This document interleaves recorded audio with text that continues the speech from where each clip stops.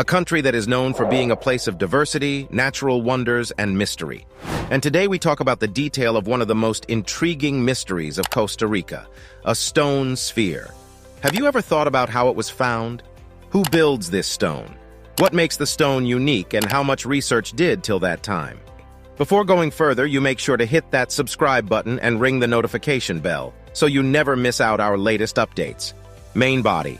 The mysterious stone spheres of Costa Rica are a group of more than 300 petrospheres present in Costa Rica, on Isla del Cano, and in the Dique Delta region. Locally, the stones are known as bolas de piedra, literally stone balls, and it would seem the locals are as confused as everyone else.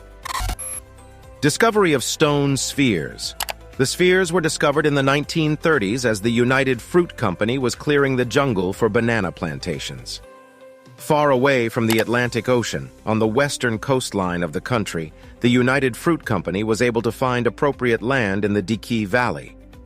While clearing the land for plantation purposes, the workers of the company came across the strange stone balls. One of the most astonishing things about the stones was that they seemed to be perfectly round in shape and had a smooth surface. Workmen pushed them aside with bulldozers and heavy equipment, damaging some spheres. Additionally, inspired by stories of hidden gold, workmen began to drill holes into the spheres and blow them open with sticks of dynamite. Scientific investigations. The first scientific investigation of the spheres was undertaken shortly after their discovery by Doris Stone, a daughter of a United Fruit executive. Later, she became the director of the National Museum of Costa Rica.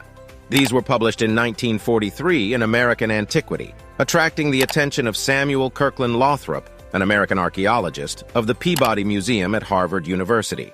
In 1948, he and his wife attempted to excavate an unrelated archaeological site in the northern region of Costa Rica. In San Jose, he met Doris Stone, who directed the group toward the Dique Delta region in the southwest. Valle de Dique refers to the valley of the lower Rio Grande de Taraba, including the OSA canton towns of Puerto Cortes, Palmar Norte, and Sierpe, and provided them with valuable dig sites and personal contacts. Lothrop's findings were published in Archaeology of the Dique Delta, Costa Rica, 1963. In 2010, University of Kansas researcher John Hoops visited the site of the stone spheres to evaluate their eligibility for protection as a UNESCO World Heritage Site. According to the majority of mainstream archaeologists, the stone spheres are man-made and may have been created by the ancient indigenous people. However, there exist some wild stories that state the stone had a connection with aliens or Atlantis' lost continents. The perfectly round shape of the stones is one of the most mysterious aspects. While there are various other stones that may be round, none of them are as round as the strange stones in Costa Rica. Clues to their purpose.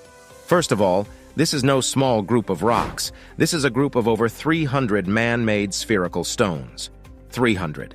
The Costa Rica spheres vary in size. They range from a few centimeters, 1, to more than 2 meters, 7 feet in diameter, weighing what you might expect such stones to weigh. There are different speculations relating to the creation of the stone spheres. There is speculation among scientists regarding the nature of the stone's creation. The most popular theory is that they are man-made, though some do believe that they were formed naturally in the bed of the Taraba River. The trip from the river would be over 50 miles, though. So many contest that theory. However, as per the most popular theory, the stone was crafted by the ancient people who lived here. Scientists aren't able to accurately date the stones since they have been moved from their original location, though it is believed they are from a time period between 200 BC and AD 1500. Most of the stone spheres have been sculpted from gabbro, which is a coarse-grained equivalent of basalt. However, there are many stones that are crafted from shell-rich limestone and others from sandstone. According to John Hoops, an archaeologist at the University of Kansas, the stone balls are most likely crafted by hammering round boulders, slowly and carefully forming them into spherical shapes. In order to give the stones the spherical shape, techniques such as pecking, grinding, and controlled fracture might have been used. The stones seem to be polished with sand at last, to give them as smooth as finish as possible. The degree of precision and finishing of the stones in Costa Rica does vary, but they are generally very smooth. very uniform, and very large. When it comes to the purpose of the Costa Rica spheres, this is quite uncertain. The exact purpose is not known. There are only speculations relating to the potential use of the strange stones in Costa Rica. Common myths.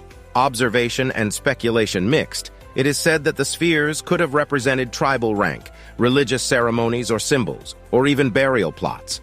All that modern culture is left with are educated guesses, though some of the guesses are more like myths. As is natural with something that invokes such a sense of wonder, many myths are associated with the stones. Some say that the stones come from Atlantis, which itself is a myth. Others believe that the stone spheres are simply a creation of nature herself. Still, others believe that the ancient cultures were able to create a potion that softened rock so that it could be molded into spheres. Of course, none of these theories have a foundation of evidence to work off of as yet. There are also myths that an ancient god shot the balls down from the heavens as a way to drive its enemies from the lands. Some believe that the spheres were filled with things, like a single bean of coffee, or with treasure, like gold. There are even some scientists that have speculated the journey to complete these stone spheres too, over 1,500 years. There is also some speculation about how the stones were found to be placed. They were sometimes found in groups or clusters, sometimes in straight lines, sometimes in curved lines, sometimes in triangles, sometimes in parallelograms. These geometric shapes strangely seem to point to the magnetic north of Earth. But that is crazy, right? How could these ancient people have accurately determined, with accuracy, Earth's magnetic north? The shape of the stones is also up for question. Are we seeing them in their true shape, or have they been misshapen by nature? Were they once near perfect? Are they even near perfect now? Or was the data, research, and measurements inaccurate? To this day, research continues to try to answer all of those questions. And boy, would I love to have all the answers. One of the popular speculations is that the stones may have been used for making astronomical observations, or as compasses. Many archaeologists even believe that the round stones could be a representation of the solar system. Another famous theory relating to the mysterious stones is that they could be used as a symbol of status by people of that time. Are you guys enjoying to know the mysterious stone sphere? Thumbs up and share with your family and friends. And what do you think about creation of stone spheres? Let me know in the comments. Some of the dynamited spheres have been reassembled and are currently on display at the National Museum of Costa Rica in San Jose. The collection at the National Museum of Costa Rica is made up of 6 of spheres. Many spheres also ended up as lawn decorations for many Tico citizens. Today, the strange balls can be found in different places and are placed in front of the homes of wealthy people in Costa Rica. The stones can also be found in the courtyard of the Peabody Museum at Harvard University. So, ironically, even today they are used to mark the properties of the powerful and rich people in Costa Rica and beyond.